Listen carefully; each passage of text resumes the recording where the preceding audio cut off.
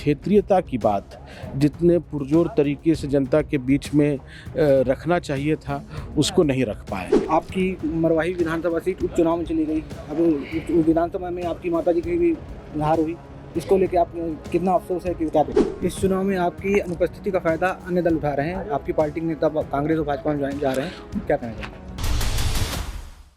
इस लोकसभा चुनाव में अमित जोगी आज एक जागरूक मतदाता की भूमिका के अलावा कहीं नजर नहीं आए, क्या बात है? जी, अभी हाल फिलहाल ही हमारे प्रदेश में विधानसभा चुनाव हुए और जो नतीजे आए, दोनों ही राष्ट्रीय पार्टियों के बीच ध्रुवीकरण हुआ और हम लोग क्षेत्रीयता की बात जितने पुरजोर तरीके से जनता के बीच में रखना चाहिए था, उसको नहीं रख पाए। अभी जो चुनाव हो रहा है ये तो राष्ट्रीय परिप्रेक्ष्य में हो रहा है और इसीलिए मुझे नहीं लगता कि हमारी पार्टी की कोई विशेष भूमिका इसमें हो सकती है। पिछली बार भी अगर आपको याद होगा तो हम लोग लोकसभा चुनाव अपने चिन्ह पर नहीं लड़े थे।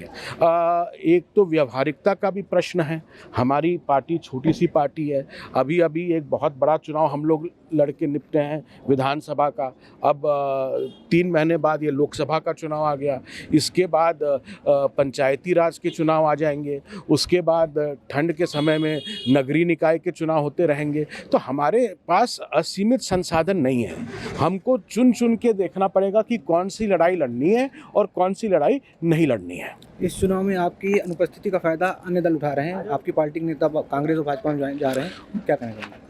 राष्ट्रीय मुद्दों को देखते हुए हमारी पार्टी के साथी सब स्वतंत्र हैं। जिनको बीजेपी के लिए काम करना है वो बीजेपी के लिए काम कर रहे हैं, जिनको कांग्रेस के लिए काम करना है वो कांग्रेस के लिए काम कर रहे हैं। वो हमारी पार्टी में जो लोग हैं सब पॉलिटिकल लोग हैं, कोई घर तो बैठेगा नहीं चुनाव में, तो सब स्वतंत्र हैं अपने हिसाब से, जहाँ जिसकी आस्था है वो वहाँ अभी काम कर रहे हैं। आगामी नगरीय चुनाव और पंचायत चुनाव में क्या भूमिका रहेगी? वो क्षेत्रीय चुनाव है, उसमें तो हम लोग हमेशा लड़ते हैं और इस बार भी लड़ेंगे। आपकी मरवाही विधानसभा सीट उपचुनाव में चली गई। अब विधानसभा में आपकी माताजी की भी हार हुई, इसको लेके आप कितना अफसोस है कि क्या देखते हैं? निसंदेह अफसोस है।